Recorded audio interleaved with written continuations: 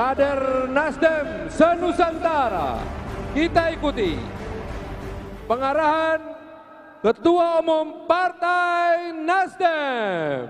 Nasdem, Nasdem, Nasdem, citra demokrasi yang hadir. Kita bangkit berdiri. Dengan Bhinneka Tunggal Ika. Kita tunjukkan kesiapan kita. Nasdem, Kita sambut dengan tepuk tangan yang meriah Ketua Umum Partai Nasdem, Bapak Surya Paloh. Nasdem, adil, makmur dan sejahtera. Itulah arah bangsa, masa depan gemilang, Indonesia jaya.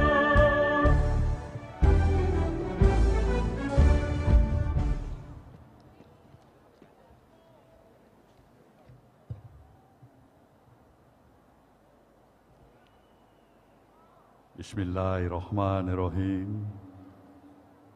Assalamualaikum warahmatullahi wabarakatuh. Selamat sore dan salam sejahtera bagi kita semuanya.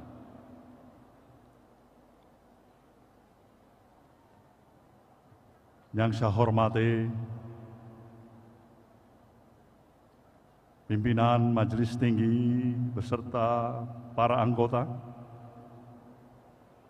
Dewan Pertimbangan, Dewan Pakar, Mahkamah Partai, fungsionaris Dewan Pimpinan Pusat, Dewan Pimpinan Wilayah, Dewan Pimpinan Daerah, Dewan Pimpinan Cabang, beserta dengan Dewan Pimpinan Ranting dari seluruh persada tanah air yang hadir pada apel siaga yang kita laksanakan pada sore hari ini. Di tengah-tengah kita juga hadir para sahabat dari Koalisi Perubahan. Kita berikan tepuk tangan untuk Ketua Umum Partai Demokrat, Mas Agus Harimurti Yudhoyono.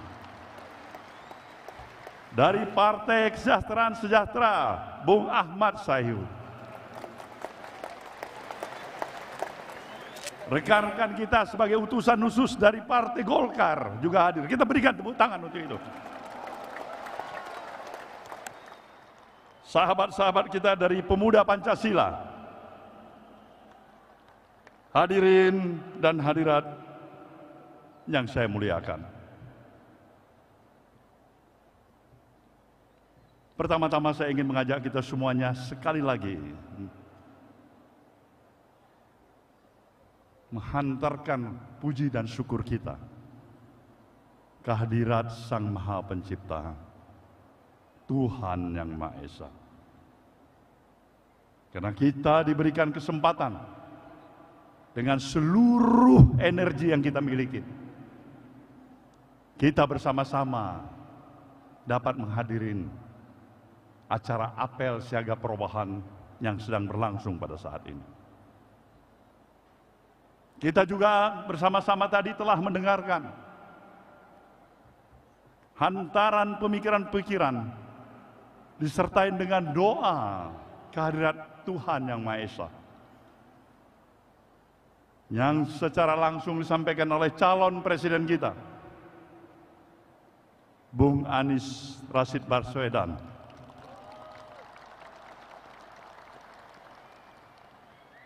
yang datang bersama dengan Ibu. Tentu doa dan harapan, pemikiran-pemikiran yang dilontarkan oleh calon presiden kita ini adalah bukan hanya dialamatkan kepada kita, tapi kita juga mempunyai kewajiban untuk lebih meluaskan harapan dan pikiran-pikiran yang telah dilontarkan kepada seluruh lapisan masyarakat rakyat dan bangsa yang kita miliki. Kita berkewajiban untuk itu. Karena apa? Karena sesungguhnya lah kita yang memiliki negeri ini. Negeri yang kita cintai ini. Negeri yang begitu indah. Negeri yang memiliki begitu luas wilayahnya. Tidak kurang daripada hampir 2 juta kilometer persegi. Negeri yang mempunyai posisi geografis yang begitu strategis. Diapit oleh 2 samudera. Samudera India dan Samudra Pasifik. 2 benua, benua Asia dan juga benua Australia. Kita juga dapat menyatakan kita adalah negara kepulauan yang paling terbesar di dunia.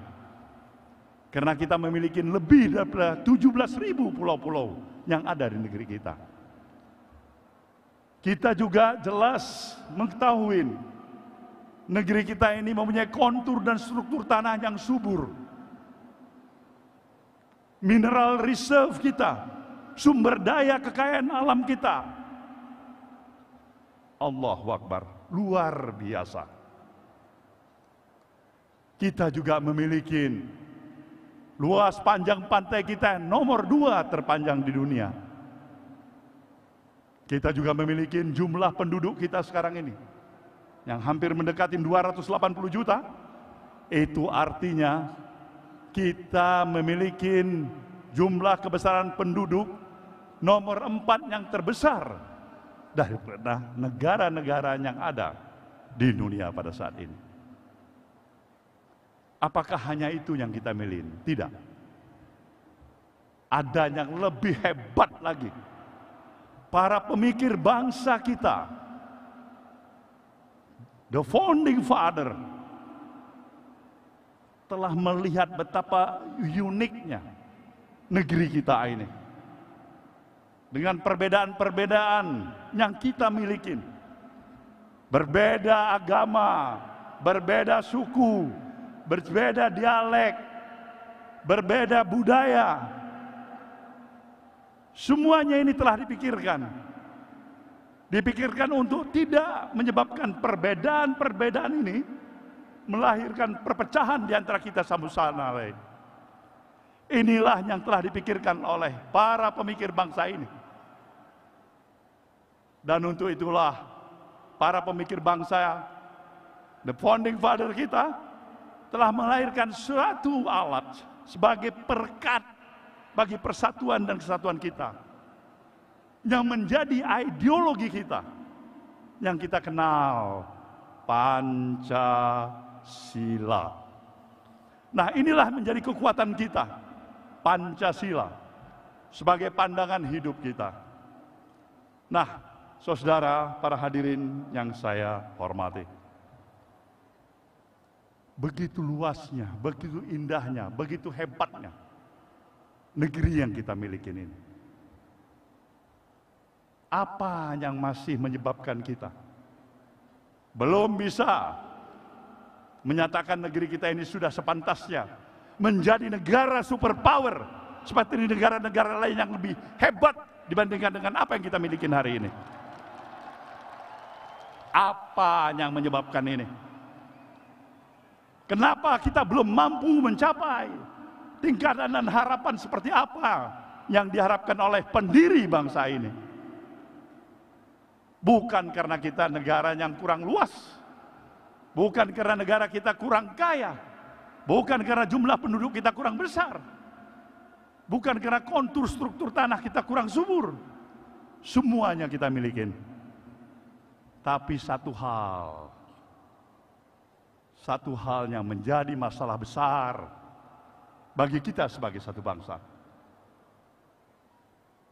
Nah, ini yang perlu saya ingatkan kepada saudara.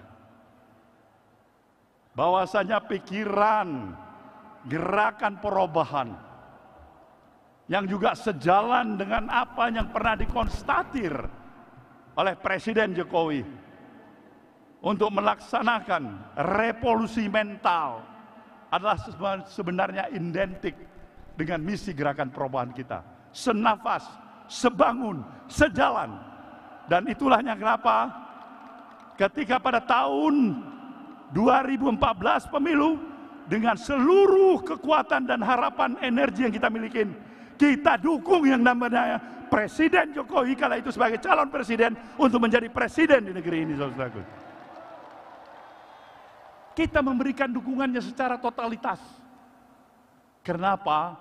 Karena kita mempunyai keyakinan dengan konsepsi, gagasan, dan pemikiran yang sama dengan apa yang kita miliki. Logika kita menyatakan, kita yakin progres perjalanan kemajuan kita berbangsa dan bernegara akan jauh lebih hebat seperti apa yang kita harapkan. Tapi sayang, 1000 kali sayang,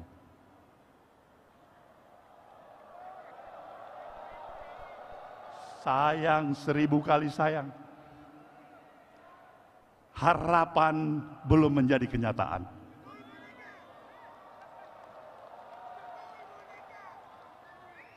Apa yang harus berani kita nyatakan menjelang 78 tahun kemerdekaan bangsa yang kita miliki? Sebenarnya kita memahami bahwasanya kemerdekaan yang kita miliki ini bukanlah hanya pemberian atau hadiah yang kita peroleh dari para kaum penjajah. Para kader Partai Nasdem, perlu saya ingatkan, kita pernah mengalami sedikit-dikitnya 3,5 abad sebagai bangsa yang terjajah. Dan konsekuensi sebagai bangsa yang terjajah adalah derita, penghinaan, kesedihan, kesusahan, dan kehilangan harkat dan martabat. Itulah nasib sebagai bangsa yang terjajah. Tapi dengan seluruh daya dan upaya para pemikir sekaligus para pejuang bangsa ini yang telah memberikan peran dan mengambil sikap dengan penuh keyakinan, memberikan pengorbanan harta, bahkan nyawa sekalipun, untuk membebaskan kita sebagai bangsa yang terjajah menjadi bangsa yang merdeka dan berdaulat. Kita wajib untuk tetap mengenang dan memberikan penghormatan kepada para pahlawan dan para pemikir bangsa ini yang memerdekakan bangsa kita dari kaum penjajah. Inilah sejalan dengan kita mungkin 1 bulan lagi akan menghadapi peringatan hari ulang tahun ke-78 tahun kemerdekaan yang kita miliki. Sejujurnya, kita telah mengalami berbagai kemajuan dalam berbagai peranata kehidupan yang ada, dalam beberapa aspek kehidupan yang kita miliki. Tetapi apabila kita berani dan menempatkan pemikiran secara kritis, objektif, berdasarkan fakta yang ada, di tengah-tengah potret sosial kemasyarakatan yang ada pada hari ini. Saudara, para peserta apel siaga yang saya banggakan, Indonesia yang kita kenal sebagai satu bangsa yang memiliki sifat dan nilai-nilai values keindonesiaan yang seutuhnya. Bangsa yang penuh dengan ramah tamah, sopan santun, mengenal tempo selero, ajas kepantasan, kepatutan, budaya malu, penuh dengan spirit kegotong royongan. Hari ini kita sudah hampir sulit untuk menemukan karakter sejatinya bangsa Indonesia seperti apa yang kita kenal seperti itu.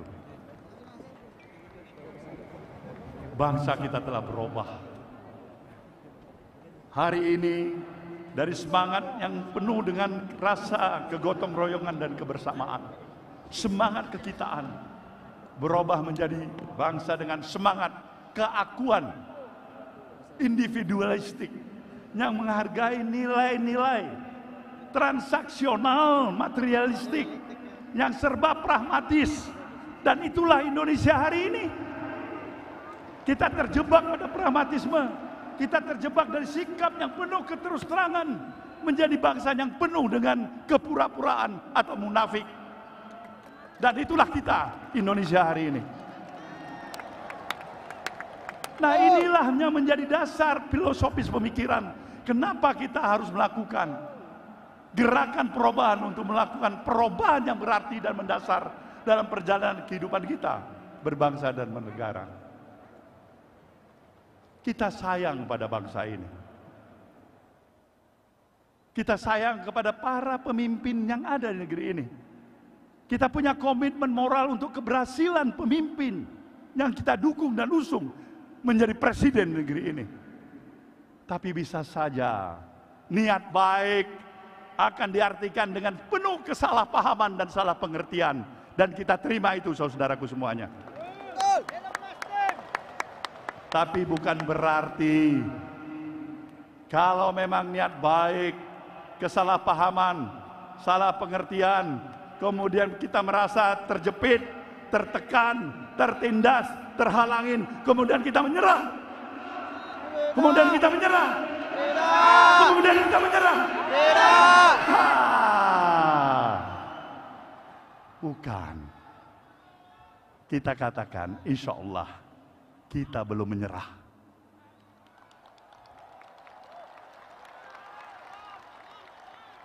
Dasar pemikiran inilah yang kita mau agar kita tetap konsisten dengan pemikiran-pemikiran nilai-nilai kebangsaan yang seutuhnya untuk memberikan penghormatan nilai pluralisme kebangsaan kita. Kenapa kita harus memilih Anies Baswedan? Karena kita mau membuktikan pluralisme yang kita hargain bukan hanya di bibir, tapi juga dalam praktek kehidupan yang nyata, saudaraku semuanya.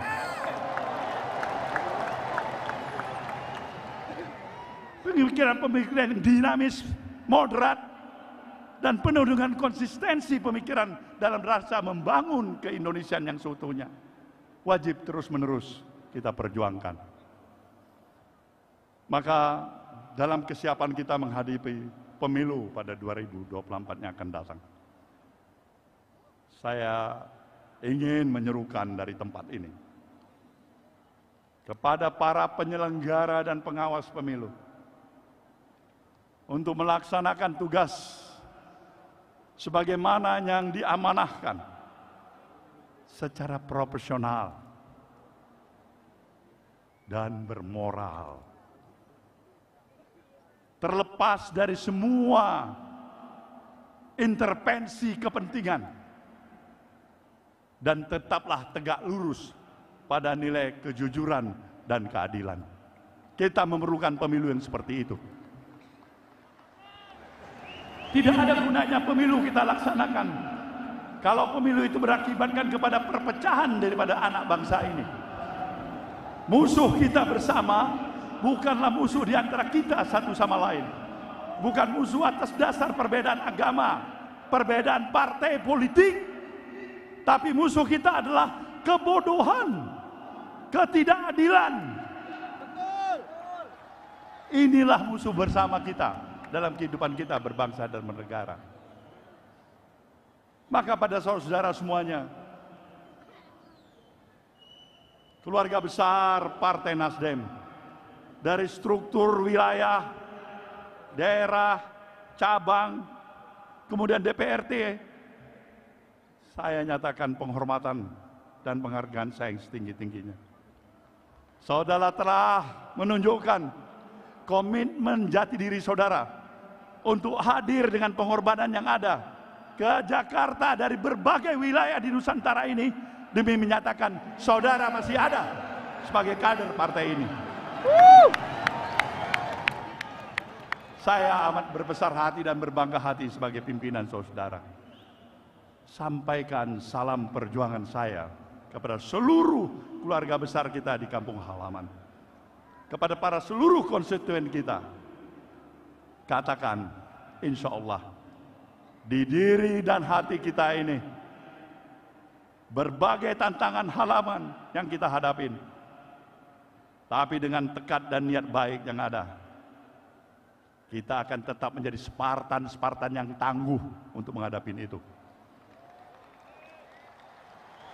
Kita harus berani menyatakan, kalau takut dilanda ombak, janganlah pernah berumah di tepi pantai. Inilah kita Nasdem, saudaraku semuanya.